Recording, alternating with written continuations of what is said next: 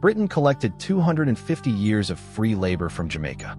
Then when slavery ended, Britain made Jamaica pay for it. Not the enslaved. Not the families who lost generations to the plantation. Britain made the victims of slavery compensate the people who owned them. And that debt followed Jamaica for 182 years. This is the story they never put in the history books. Jamaica was not a poor island. The land was fertile. The climate was perfect. The soil produced some of the most valuable crops on earth. Sugar, coffee, rum, indigo, cotton. By the late 1700s, Jamaica was the single most profitable colony in the entire British Empire. More valuable than Canada. More valuable than India at that point in history. One small Caribbean island was generating more wealth than entire continents.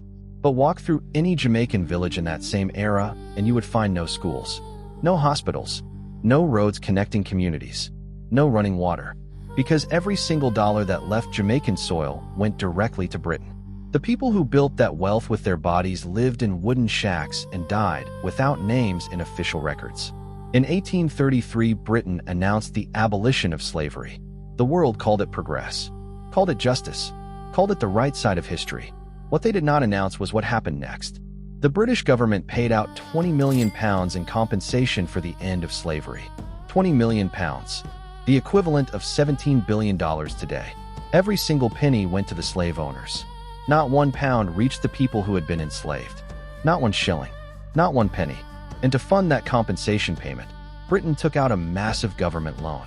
That loan was charged to the British taxpayer. British taxpayers, including the descendants of enslaved people living in Britain, were still repaying that loan in 2015. 2015. Your grandparents' generation was still paying Britain's debt to slave owners. But here is what broke Jamaica before it even had a chance to stand. When slavery ended, the British did not free the enslaved and walk away. They introduced something called the apprenticeship system. The formerly enslaved were legally required to continue working for their former owners for free for 6 more years to help the plantation owners transition. 6 years of additional unpaid labor after abolition.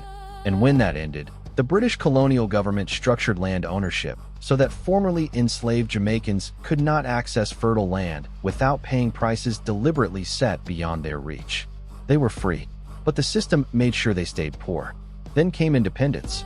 August the 6th, 1962. Jamaica raised its own flag for the first time. Black, gold, green.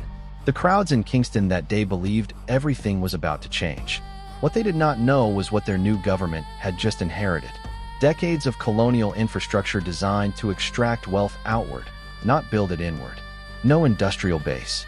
No manufacturing sector. No financial institutions built for Jamaican benefit. Just debt. In a global economy where the rules had been written by the same people who had owned the plantations. Now stop. Does your country have natural resources? Oil, gold, fertile land, minerals, timber, cocoa? Because if your answer is yes, look at your roads. Look at your hospital. Look at what your children inherit. Because the system Jamaica walked into in 1962 is the same system most of your countries walked into at independence. The borders changed. The flags changed. The faces in the government buildings changed. The flow of wealth did not. By the 1970s, Jamaica was drowning. The bauxite that built aluminium for the entire Western world was being pulled from Jamaican soil at industrial scale. The profits left with the foreign companies. The Jamaican government turned to the International Monetary Fund for help. The IMF arrived with conditions. Cut public spending. Reduce the civil service. Devalue the currency. Remove subsidies on food and basic goods. In other words, make the poorest people on the island pay for a debt crisis caused by a system designed against them from the beginning. Food prices spiked overnight. Schools lost funding. Hospitals ran out of basic supplies. Unemployment exploded. And an entire generation of young Jamaicans looked at the island Britain had left behind and made a decision. They left. By the 1970s and 1980s, hundreds of thousands of Jamaicans had relocated to Britain, the United States, and Canada. They built British hospitals. They drove British buses. They staffed British schools. Some of them arrived to find signs on boarding house windows that read, "No blacks, no Irish, no dogs." They had left an island stripped by Britain and arrived in Britain to be told they did not belong. The very nation that had taken everything from their homeland did not consider them welcome in it. In 2015, a team of researchers at University College London published a project called Legacies of British Slave Ownership. They identified every slave owner who received British government compensation in 1833. The names included members of Parliament, Church of England bishops, the ancestors of prominent British politicians and media figures alive today. Some of those descendants have given public interviews. Not one has returned a single pound.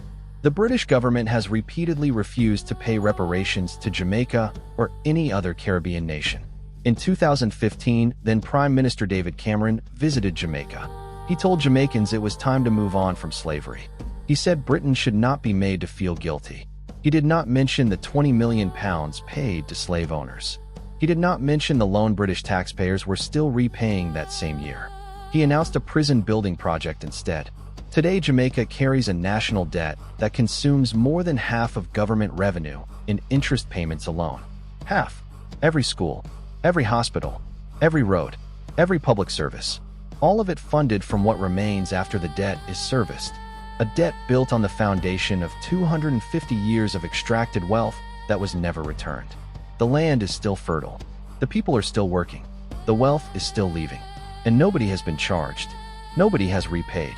Nobody has stood in a court and answered for what was taken. The families who received that 1833 compensation are still wealthy today. The families who were enslaved are still waiting. This is not ancient history. This is now. This is the world your children are inheriting. Now I need you to do something. If this video made something shift in you, share it right now. Not tomorrow. Right now. Someone in your circle needs to hear this today, and they will never find it on their own. One share from you puts this in front of thousands of people who have been kept in the dark about where the wealth of their world actually went. Drop a comment below and tell me two things. Where are you watching from? Tell me your country. I want to know which nations are paying attention to these stories. And what hidden truth do you want us to expose next? Which stolen wealth? Which covered atrocity? Which government? Which corporation? Tell me below. We build this for you. If you are not yet following this page, follow right now. Facebook does not show our videos to everyone automatically. If you are not following, you will miss the next one and never know what you missed. Go to our Facebook page and leave us a review. Every single review pushes this page in front of more people who deserve to know these stories. Find us on YouTube, subscribe, and turn on notifications so nothing gets past you. Follow, share, comment, review. Because the next story we are about to expose is one your government is still actively trying to keep buried. And you do not want to be the last person to find out what it is.